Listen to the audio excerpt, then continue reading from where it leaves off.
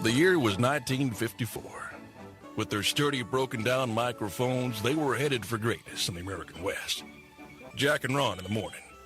If you don't laugh like this, you're probably normal. The following entertainment special contains mature subject matter. Parents may consider some of the program content unsuitable for children. Parental discretion is advised.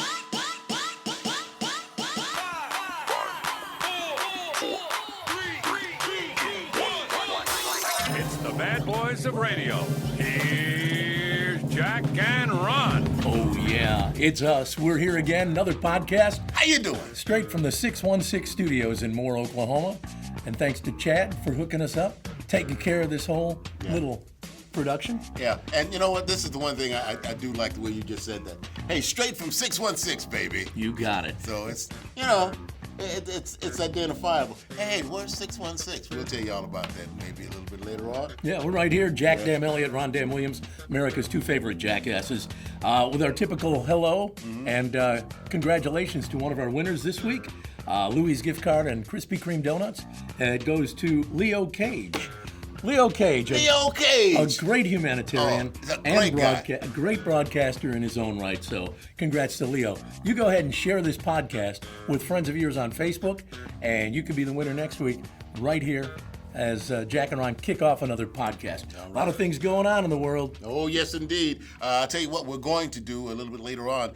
You're going to buy some Halloween costumes. Well, the top Halloween costume is... Yeah, we'll tell you about that in just a little bit. And what about Canada, man? The whole nation, recreational pot is now legal in Canada. You don't have to go to this particular state or county or, or precinct or whatever. The whole nation. And I don't know if you had a chance to see the folks once they had done that. There was a line outside the one store. I'll bet. Because they don't have that many stores. If you got money, you know, you can get to Canada, you can get rich. Well, I'm sure there's going to be that many. There's a line around the block, man. Should be some pretty long lines to buy Mega Millions tickets, too. Over $900 million. Probably going to be $1 billion on Friday night for the big drawing. Also coming up here on this podcast, got a phone call from Donald Trump talking about Halloween, which is right around the corner. I thought we changed our number. Well, we've got some news of the I'll be damned, sleazy, trashy showbiz, email, Mike Evans, and a whole lot more. But first, we'll get to Too Tough Trivia. 3 questions. You can go ahead and Google it, scratch your head, talk to a friend, or whatever the case may be. I'm talking to Jack. We'll see how that works out. Fast food Popeyes, believe it or not, is not named after Popeye. Who is it named after? It's not named after Popeye. No, it's not named after Popeye. Where would you get the name Popeye? Well, see, that's the question. Oh, okay. Well, could it be it's not I should say it's not the cartoon character Popeye that we all used to that eats a can of spinach and all of that. Not him. Okay. It's someone else. I was thinking maybe it was the owner, but I think the originator of Popeye's chicken, his name was not Popeye. It was. I remember meeting him one time for some reason. Anyway, he's from Louisiana. Anyway, next question. All right. The first thing anyone ever purchased online was what? A CD? Nope. No. The first thing that was the first product, the first anything that was purchased online was what? Condoms. No. Now, if you got to wait, you got to get a condom online, man. That I think the mood may have moved and changed by then. Hang on, honey. It'll be here in 3 days. I had to pay for shipping. Okay. How about question number 3? All right. Wilt Chamberlain scored 60 points or more 32 times in his NBA career. Pretty amazing. No one has done it since. In fact, no one has done it more than 5 times. 2 guys have done it 5 times. Who are these monsters? I would think, I'll throw some names out. Magic Johnson, Larry Bird, Michael Jordan. Those are the only ones I can think of. And I just don't know if LeBron's been around long enough to have. Well, I guess he has. 5 times. That's a lot of 60 points. 5 times. Only 2 folks have done that. No one's come close to Wilt Chamberlain's record, though. All right. All right. Those are your 2 tough trivia questions. Think about it. Come up with the correct answer. And if you do, give yourself a pat on the back. All right. Got to give a shout out to some folks that operate a little restaurant over in northwest Oklahoma City at 122nd and Rockwell. Great folks. They own a place called HD's Onion Burgers. And if you love gyros, they got a great gyro onion burger, Philly cheesesteaks, and plus the burgers. But I went in, and I hadn't been there in years. And the people who own the place have owned it for 15 years. And the guy says, "Hey, do you remember me?" And I thought, well, Do you owe your money? he said back in about 1990 or 91, Ron and I did a broadcast from a business next door to his Pizza Hut restaurant, and he came over or not Pizza Hut, it was Pizza Inn, and he came over and brought pizza for us. And then when his son gained a black belt in Taekwondo, he called us, and he told me that was in 2005, I think, and we put him on the air and talked about it, and I'm like, how do you have a memory like that? I can't remember what happened yesterday. And this guy's remembering things that happened 30 years ago. Well, it was a special deal, man. You know, all the equipment. You kind of had to remember that. Yeah. I'm glad you did that. I want to give a shout out to Robert Gaines. He's the owner, proprietor of Phoenix, which is where I get my hair done. And I want you to notice from last year, it's like really short. The next time you see me, depending, I will be bald. Oh, you're going that route? I think I'm going shaved bald. head. Yeah. Wow. Because I've really got it low now, and I'm thinking, when I get up in the morning, it sure would be nice just to go. Put a little wax on your head and go. I don't know about the wax. I don't think I'll ever do the shaved head. I mean, I'm ugly enough with hair. I can't imagine how ugly I'd be. You got a good shaved head for it, man. Nah, I got a horrible head. You can't get much uglier than this head, I promise you, okay? All right, I want to also give one shout out to the folks over at Jiffy Stop. It's a little convenience store, Memorial and Bryant up there in Edmond, and I go in there all the time. Santos, the manager, and Ash, one of the owners, just great people. And if you ever get up into that area of Edmond, Bryant Memorial, stop in, say hi.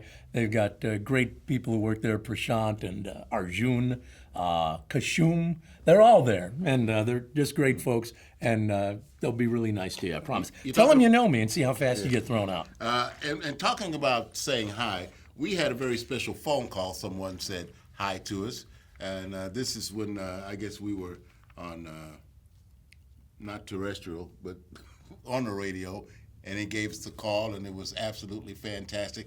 Gave us another call, believe it or not. Told you to change that number, but you wouldn't.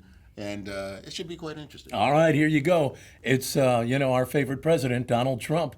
Here's what he had to say. He's talking... Wait a minute. Our current president. Current president, okay, yeah. Here he is. He's got a little Halloween message for everybody. Hello. I have signed a tremendous new executive order today that restores Halloween back to being the sacred pagan holiday that Jesus always taught us it should be. No more going trick-or-treating before it gets dark in non-flammable costumes and going out in groups where no one's drinking. We're going to go back to the good old days where we blow up our miserable old neighbor's mailbox with a quarter stick of dynamite and then blame it on the deranged Nazi guy at the end of the block. We are going to make Halloween great again with razor blades and turd-shaped Baby Ruth bars and caramel apples with just a hint of chloroform. It's going to be so much fun. I'm going to be giving out candy dressed as George Bush Sr. in a wheelchair. So kids, if your moms are at least a 7, I would love to pose for a picture with them and get them to squeeze my colostomy bag. All right. There you have it. Donald Trump, thank you so much for the call. Great to hear how you love to celebrate Halloween, and he's going to make Halloween great again. So happy about that. So good. Yeah, well, it'll be real interesting this year, too, because, I usually turn the lights out. At least I thought I was turning the lights out until I remembered the security that I have up, and you pull up in the driveway. The lights go on. The lights go on. Yeah. And then, of course, kids have that radar. They see a light come on. Hey, over there. I just want to let you know, for those who know where I live, don't come by. Yeah. I don't have candy for you, okay? When we were on terrestrial radio years ago, I used to go on the air and promote the fact that you should go to Ron's house because he's handing out $50 bills. And these kids were like just going nuts trying to figure out where you live. Oh, I had some people come over, but now I wish I had a $50 bill. All right, it's time to take a look at that email. We get a bunch of it. People with problems, people with questions, and who do they come to? No, not Dr. Phil. They come to Jack and Ron. Let's get it on. Dear Jack and Ron, I've been married for 2 years, and things have changed. Ooh. That sweet, beautiful woman has turned into a nag. Where you going? Why don't you clean up around here? You watch television too much. Is this what I can expect for the future? Hey guys, do I need to hang or do I need to go ahead and put my feet in the street? I think you need to hang. It's 2 years, man. That's not long enough to go ahead and get the lady the way you want her, because she's sure trying to get you the way she wants you.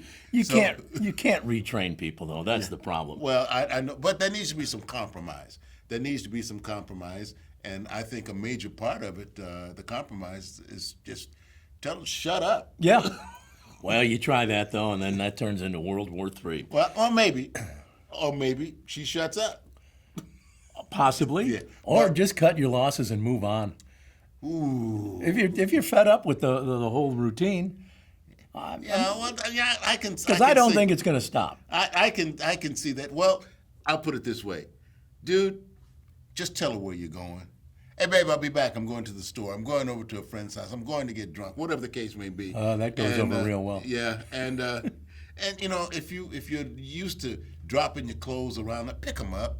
Try to help out a little bit. I'm not saying go ahead and just cave, but at the same time, at least address the issue. All right, very well.